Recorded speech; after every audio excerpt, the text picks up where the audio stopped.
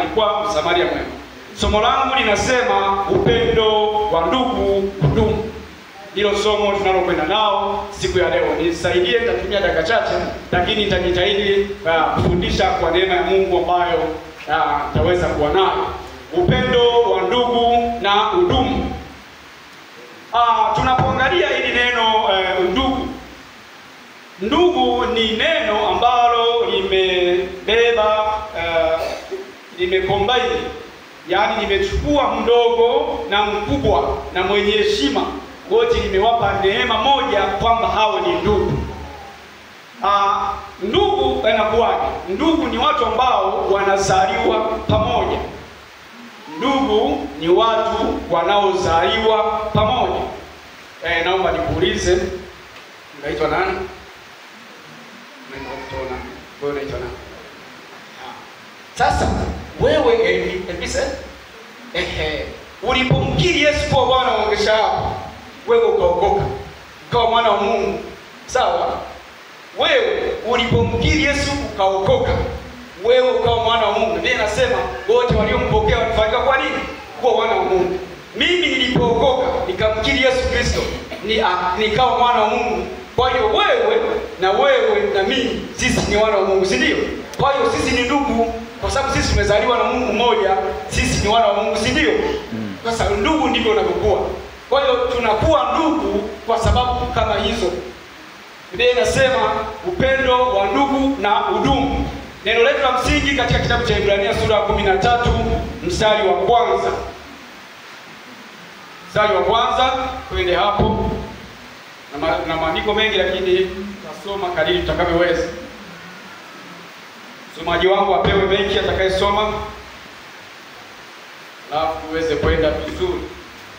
Mzee na muda sitachelewesha ili tupate kile ambacho Ibrania sura 13 mstari wa ndio.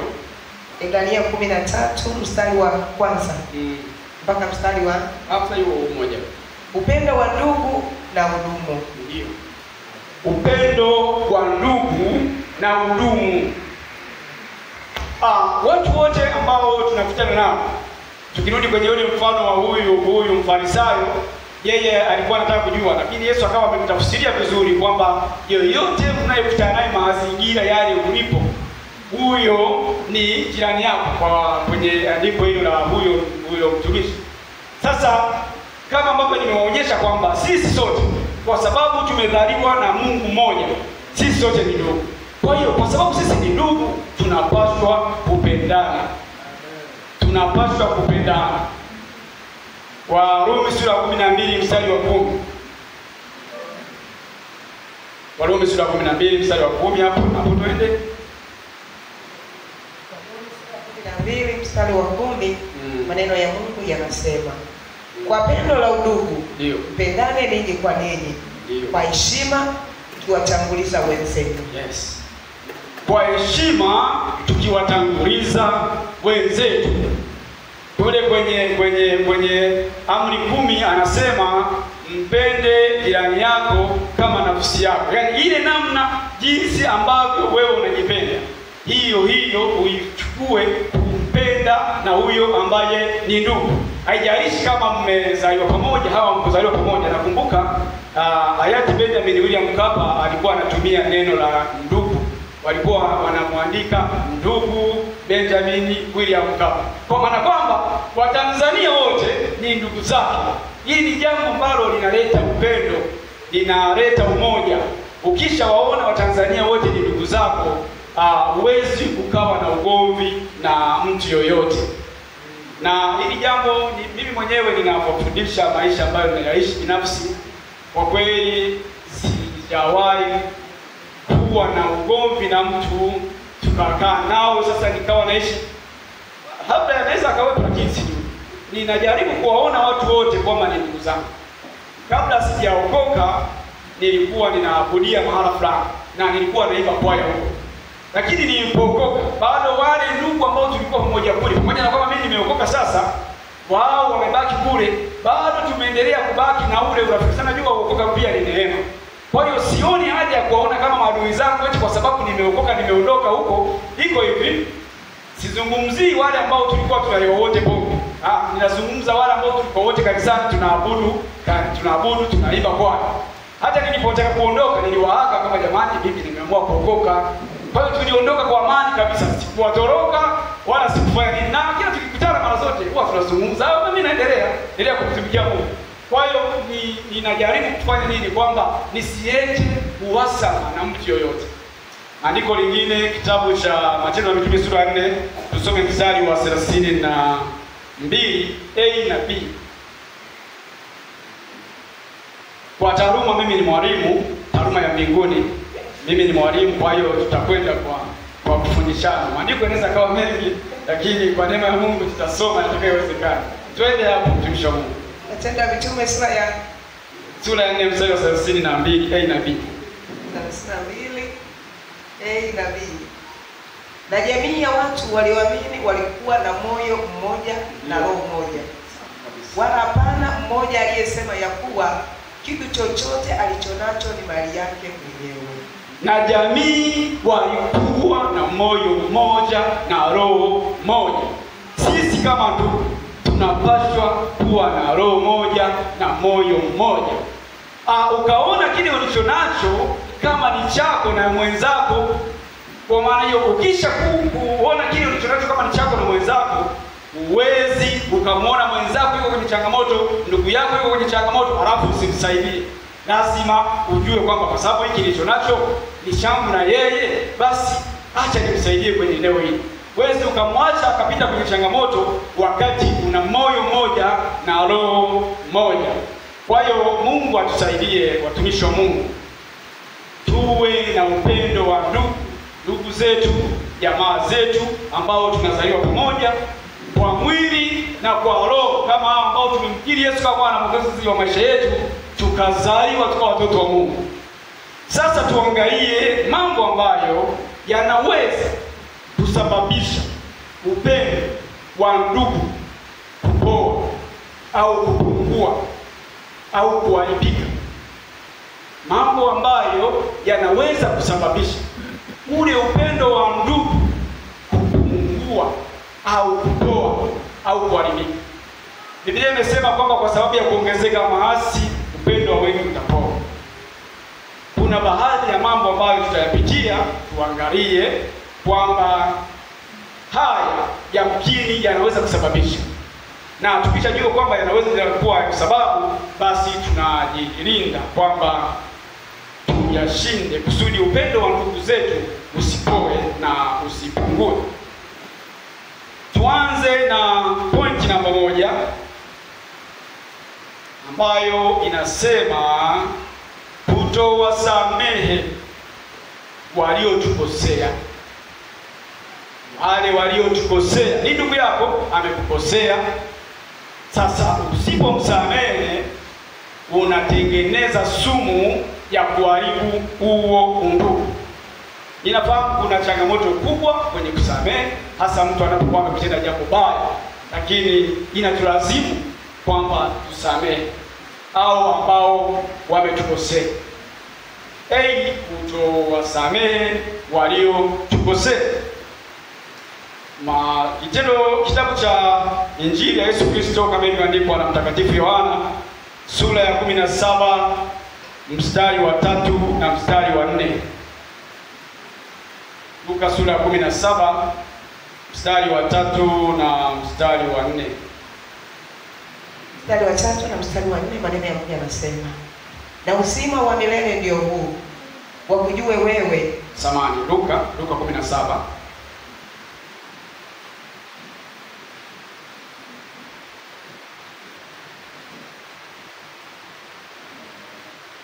Luka 17 mstari wa 3 na wa 4. 3 na 4. Jilindeni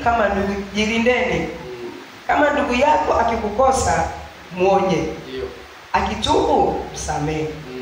Na kama akikukosa mara 7 katika siku moja, na kurudi kwako mara 7 akisema nimetubu, msamehe. Ndio. Kama ndugu yako akikukosa muonye, kuna changamoto ya kutokuonya, yani mtu anakutenda jambo lakini unasema Mungu atamjua tu. Lakini wewe ndani ya moyo wako unaendelea, kile ukimuona unakumbuka alichokutenda.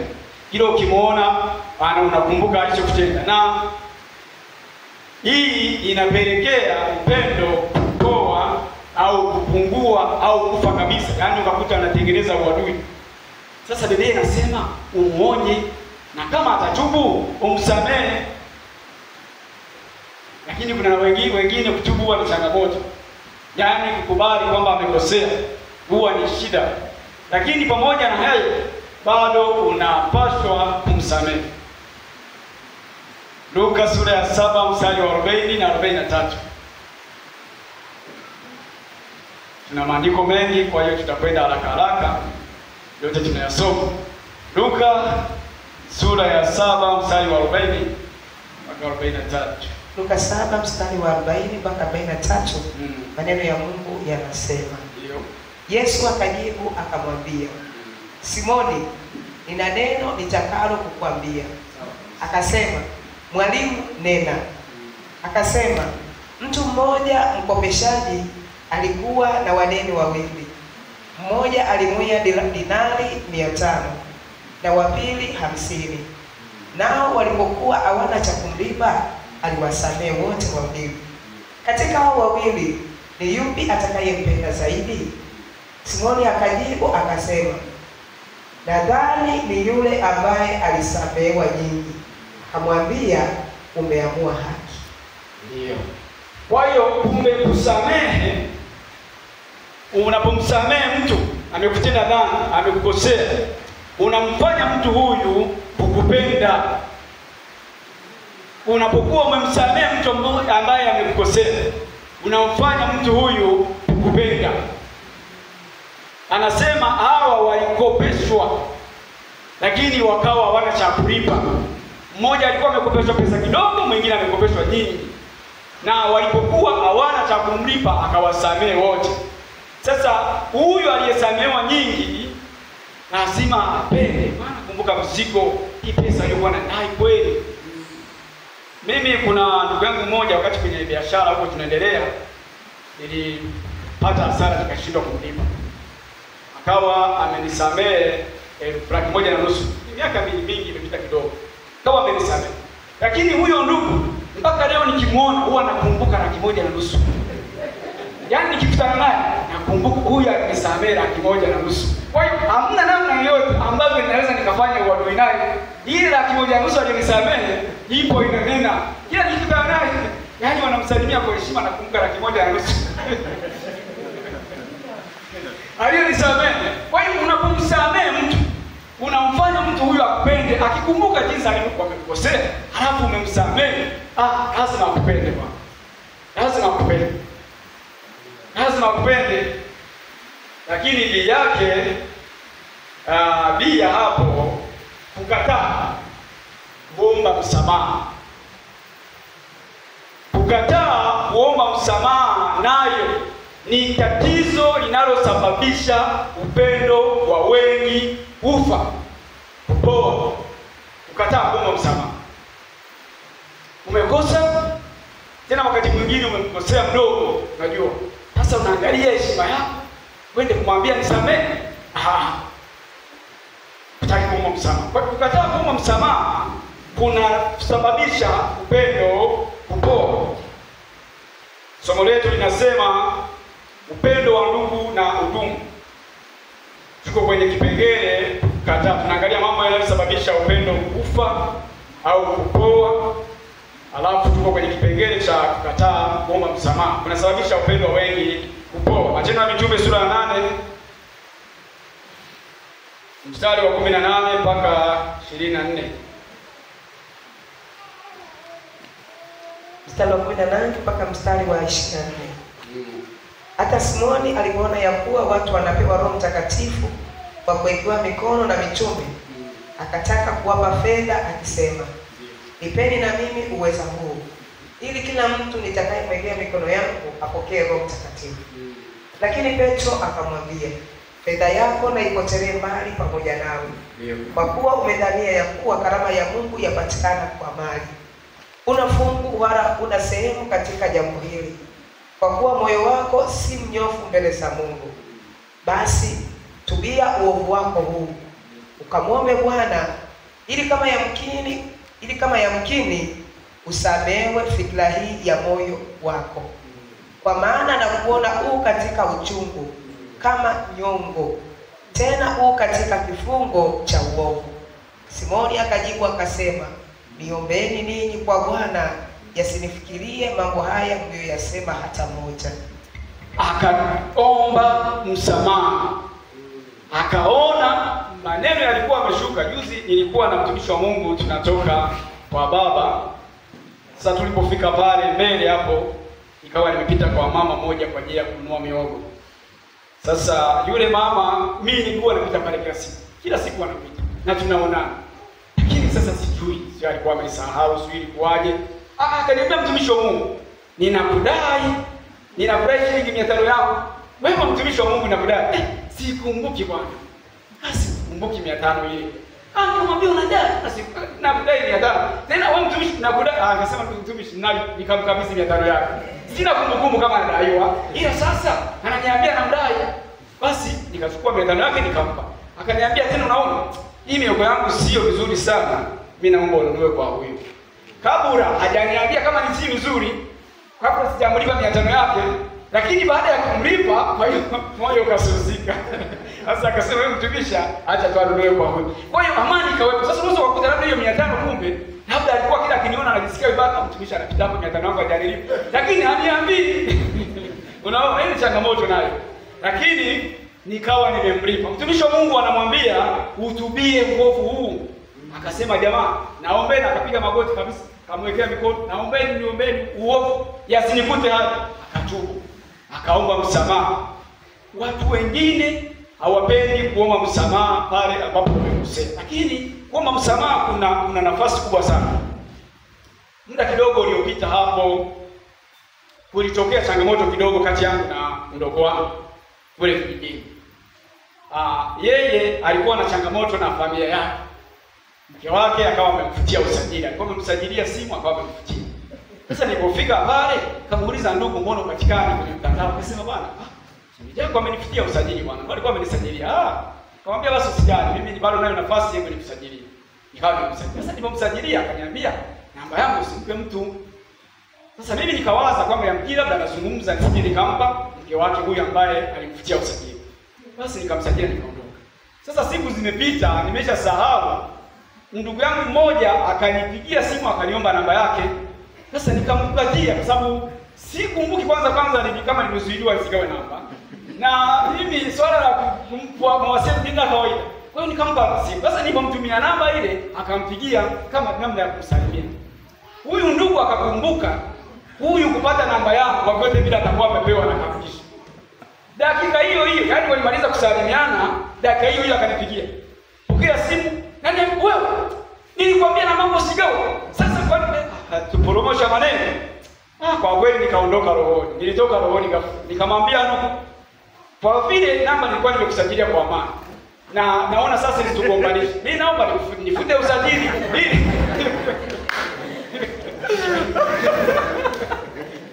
Tubaki salama kwa sababu sasa tunakwenda kugombana kwa sababu na mimi nakusajilia nini? Kwa upendo. Nikamwambia ndugu yangu nasema naifuta. Akasema, kama unataka kufuta ndio ufuta hata sasa hivi. Aise, siku hiyo nilikuwa nina ratiba ya kuja mjini. Nilipofika mjini nilienda boda shop, nikaenda Tedimande, nikafuta. Nimemaliza kufuta akapokea message. Kaniambia, sasa wewe umenifutia usajili. Tulizungumza, mimi nilikuwa sijaelewa tulivyozungumza, kaniambia niende nifute, sasa nimefuta. Ili tubaki salama. Basi yule ndugu bwana akanichukia. Sasa siku moja akawa anawaambia watu, yule jamaa fanya vibaya. Mimi tangu leo sitaongea naye.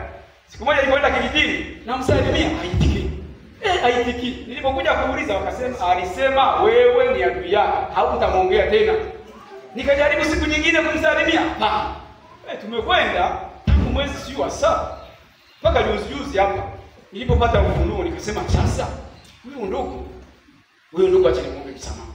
Kwa sababu ni mdogo wangu kumbuka. Basi nikampigia ndugu yangu mmoja simu, nikamwambia, sasa hebu mpigie simu, mwambie hivi, kwa kweli anisamehe kabisa. Jamaa akapigia simu, akamwambia nipe namba yake, akampa. Sijakaa sawa, akanipigia huyo. Akaniambia sasa, mwambie kuna jamaa fulani ananisaidia shambani. Kasi mwambie yule ndugu aje nimpe kahawa aende akupambie. Yaani ni hiyo kuomba msamaha, nikasamehewa na nikapewa na kahawa zawadi. Kabla sijaomba msamaha, kahawa sijapewa bwana. Nilipoomba msamaha, simu ilikuwa imeshafika. Namba ngeni nikapokea. Ni mimi fulani. Sasa mwambie ndugu aje achukue kahawa aende akupambie shambani. Nikasema sawa. Kahawa wamechukua tena akanipigia simu akasema kuna kahawa zingine lakini hizo utanifahamu kaida kidogo. Nikamwambia haina shida na zenyewe uchukua mpango. Kuomba msamaha kumetengeneza kitu ambacho kwanza amani imekuwepo. Hii pia nimepata na faida. Yaani sasa tunazungumza sasa hamna tena ugomvi lakini pia na kahawa nimepanda shambani. Kwa hiyo unapokuwa hautaki kuomba msamaha, unaweza kumkosea mtu. Alafu ukasema mimi acha niende niombe sehemu mbele za Bwana. Kumbuka huyu mtu akumbuki kama wewe umeenda kutubu. Kwa hiyo ni vizuri. Ndio maana kwenye wakati Yesu akamwambia akasema ukifuatana na mshtaki wako kwanza mpatane. Sehemu nyingine akasema hata ukileta sadaka yako madhabahuni ukakumbuka kuna ndugu una neno naye, hebu kwanza nenda mpatane. Kwa hiyo kwanza mpatane. Unatafuta kwanza kupatana na ndugu. Kwa sababu unaweza kama mbele za Mungu ukasamehewa. Lakini unabaki na hatia mbele ya ndugu yako huyu ambaye ulimkosea. Biblia inasema kwenye ile Luka 2:40-52 kwamba Yesu akakuwa katika kimo akimpendeza Mungu na wanadamu. Kwa hiyo ukienda kutubu mbele za Mungu unampendeza Mungu. Lakini mwanadamu hujampendeza kwa sababu hujatubu kwake umemkosea. Yeye anabaki alinikosea. Lakini wewe unasema Mungu ameshanisamehe. Na yeye pia unapaswa upatane naye. Kitabu cha Matendo ya Mitume Luka sura 15 mstari wa 11. 15:11 Luka. Twende hapo napo. 15:11 maneno ya Mungu yanasema. Akasema mtu mmoja alikuwa na wana wawili. Yule mdogo akamwambia babaye, "Baba, nipe sehemu ya mali inayoniangukia." Akamgawia vitu vyake. Hata baada ya siku nyingi, yule mdogo akakusanya vyote, akasafiri kwenda nchi ya mbali. Akatapanya mali zake huko kwa maisha ya uasherati.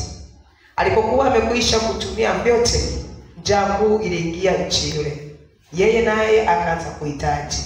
Akaenda akashikamana na mwenyeji mmoja wa nchi ile. Naye alimpeleka shambani kwake kulisha nguruwe.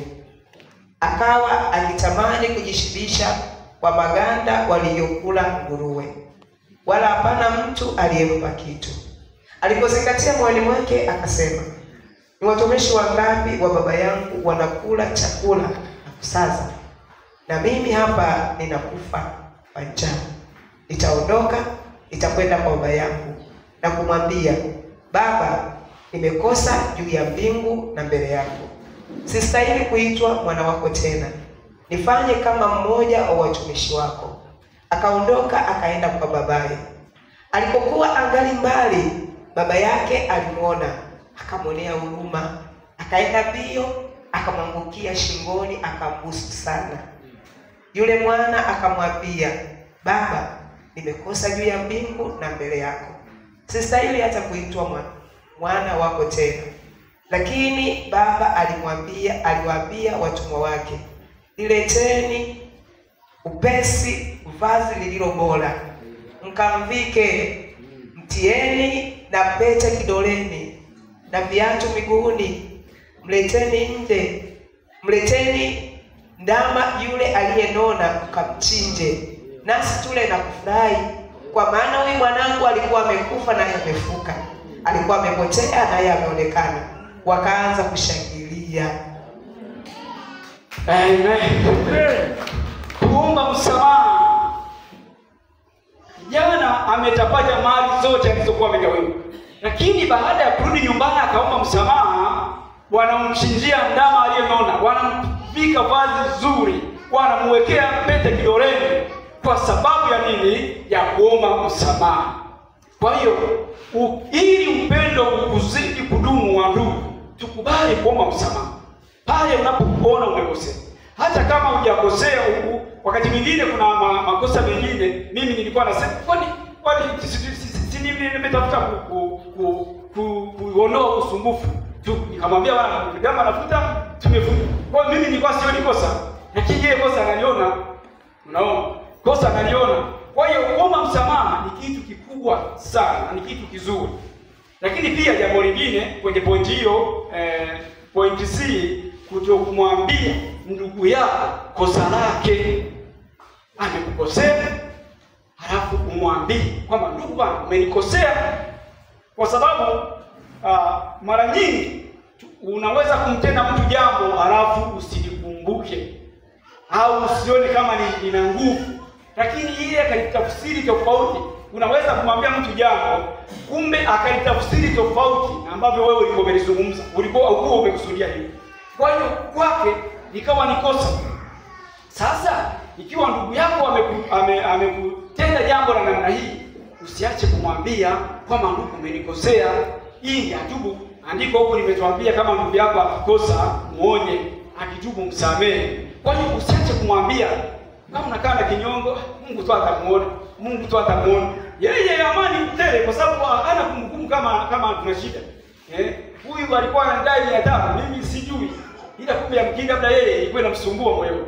Lakini kama vile alivyoniambia kwamba ananidai, nikalipa, amani ikawepo. Sasa wewe ndugu yako amekukosea, amezungumza neno fulani, point fulani imekukwaza. Kwani usimwambie kwamba ndugu hiki hicho kiniambia sio sawa hii bwana. Tipo burumu no. Huu sio undugu. Waganda wanasema mganda wangu. Huu sio undugu huu. Kupaswa kunifanyia hili bwana ndugu yako. Halafu atubu mliamalize. Kwa hiyo kumwambia mtu kosa alilofanya ni jambo zuri sana. Marko sura ya Mathayo sura 18 mstari wa 15. Mathayo sura 18 mstari wa 15.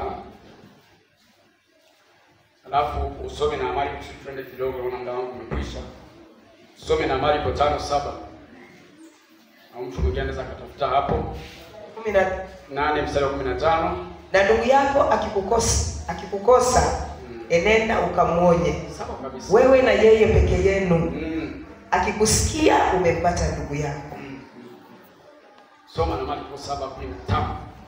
Nenda umuonye kwamba ndugu, hiki ulichonitendea sio wokovu, sio upendo, kwa kunitendea hivi, atubu uyamalize. Kuliko kumwacha ukasema atajua tu dunia itamfuata, funzwa na dunia. Maana wanasema asiyefunzwa na babaye funzwa na ulimwengu. Mwambie, kwa sababu anaweza kuwa yeye haoni kama ni tatizo, alafu kumbe wewe inakusumbua. Kwa hiyo mwambie. Ndio Marko 7:5. Marko 7:5. Maneno ya Mungu yanasema, bali wale Mafarisayo na waandishi wakamuuliza, mbona wanafunzi wako hawaendi kwa kuyafuata mapokeo ya wazee, bali ula chakula kwa mikono najisi? Wakamwambia Yesu kwamba hii utaratibu huu uliotuletea, mbona sio utaratibu wetu huu? Ndugu yako anapokutenda jambo kaona haliko sawa, usiache kumwambie. Mwambie kwamba wokovu huu hauko hivi, hatuendi hivi bwana, hatuendi hivi, ili atubu kusudi, kuliko kuendelea kumshikilia tu moyoni. Unaendelea kumshikilia, hiyo ni changamoto. Point namba 2 ambayo nataka nimalize nayo, muda wangu umeisha. Madeni. Kukosana na ndugu kwa sababu ya madeni. Kukosana na ndugu kwa sababu ya kudaiwa. Umekopa kwa amani kabisa, lakini kwa bahati mbaya umeshindwa kulipa. Nimemwambia huyo ndugu alinikopa, alinisamehe 1,500,000. Kama ningelikuwa na mkwepa, nikiona ametokea hapa napita hapa, anapiga simu na naiweka na iminya kidogo na subiri, asingenisamehe. Lakini kwa sababu ya ule moyo wa kuona kwamba huyu ndugu kwa kweli ninavyoona hii pesa amenipa, lakini inaonekana kuna namna amepitia changamoto, ameshindwa, basi hichi nimsamehe.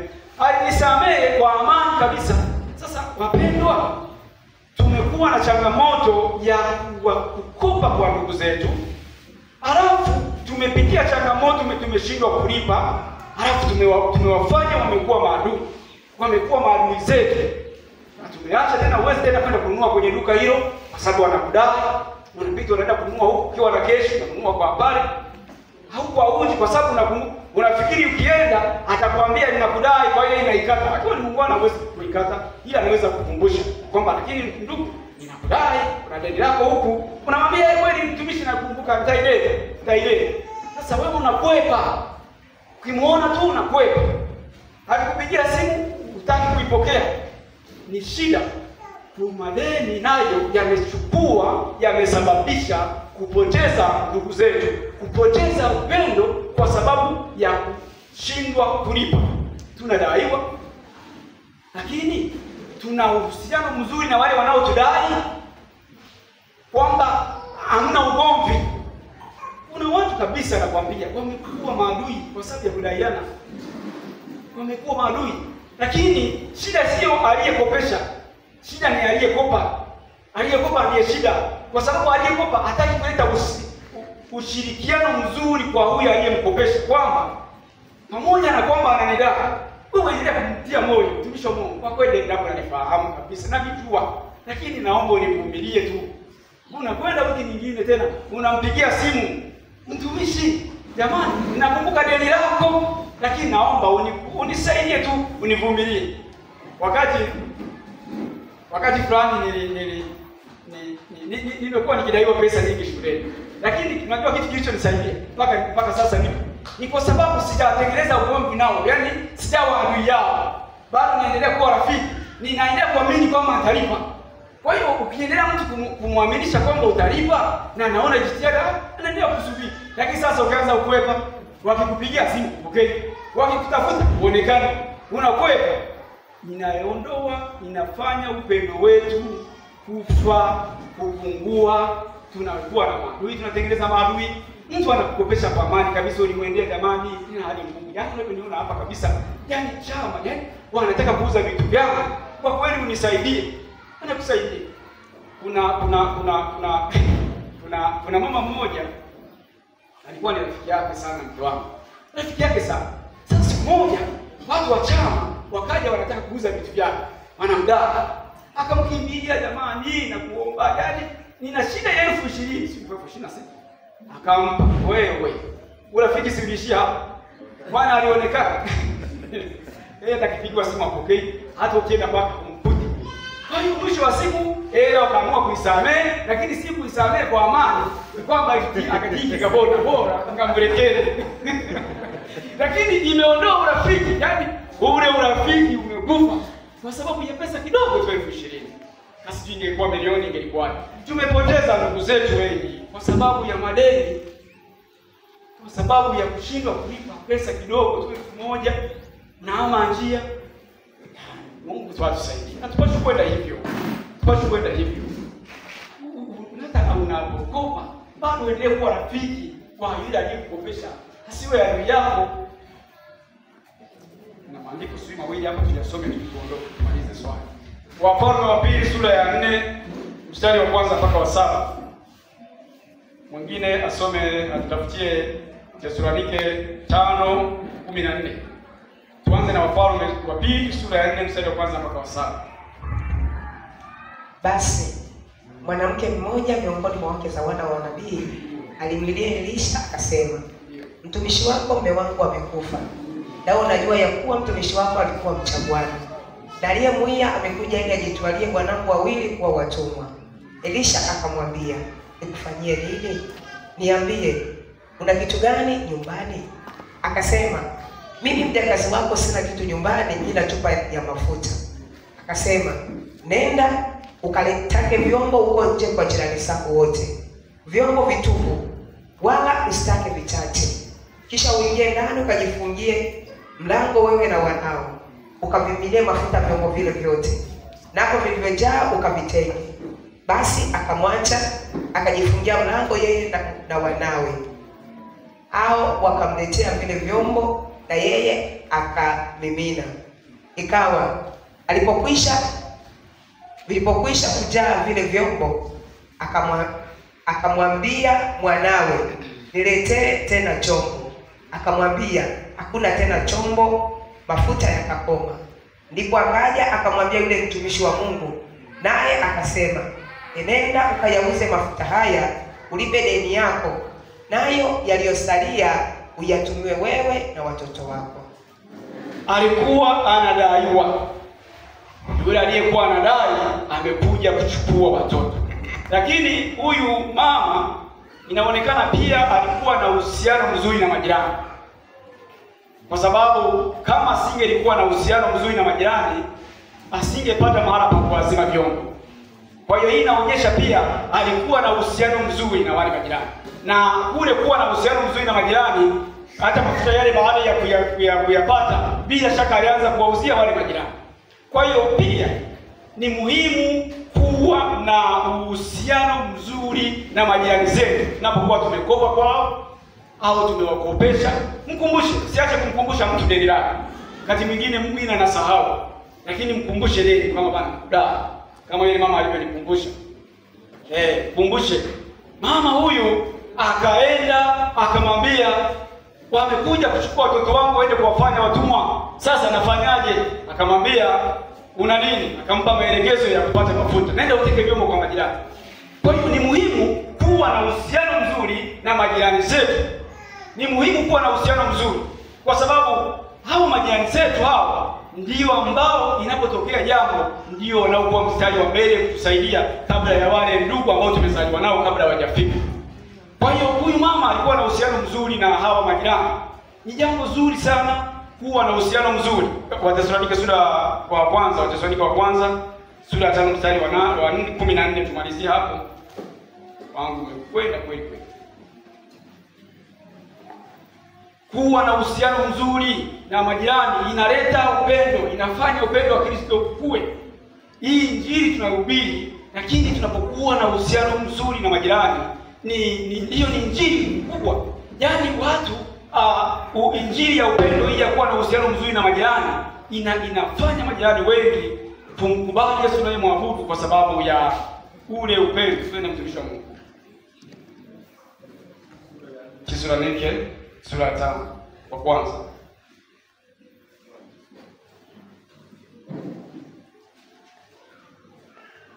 Kama alipo mstari wa 14. Alipo basi.